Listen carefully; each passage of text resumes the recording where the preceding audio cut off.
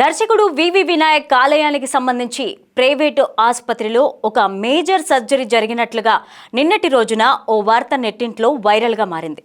అయితే ఈ సంగతి అందరికీ తెలిసిందే. కొన్ని నెలలుగా కాలేయ సంబంధిత సమస్యలతో బాధపడుతున్న వినాయక్ ధైర్యం చేసి సర్జరీకి వెళ్ళినట్లుగా జోరుగా ప్రచారం సాగింది. ఇక దీంతో ఆయన అభిమానులంతా కూడా ఒక్కసారిగా కంగారు పడిపోయారు. అయితే వినాయక్కి సర్జరీ ఏంటని ఆశ్చర్యపోయారు. తాజాగా ఈ ప్రచారాన్ని ఆయన సన్నిహిత వర్గాలు ఖండిస్తున్నాయి. వినాయక్కి ఎలాంటి సర్జరీ జరగలేదని, ఇంట్లోనే ఆరోగ్యంగానే ఉన్నారని కూడా వెల్లడించడం జరిగింది. ఇక పుకార్లను ఎవరూ నమ్మొద్దని తెలిపారు. దీంతో వినాయక్ పేరిట నిన్నటి రోజున జరిగిన ప్రచారం అంతా కూడా అవాస్తవమని తేలిపోయింది. వినాయక్ కొంతకాలంగా సినిమాలకు దూరంగా ఉంటున్న సంగతి తెలిసిందే. అయితే దర్శకుడిగా ఓ వెలిగిన వినాయక్ అటుపై నటుడిగాను మేకప్ వేసుకునే ప్రయత్నం చేశారు.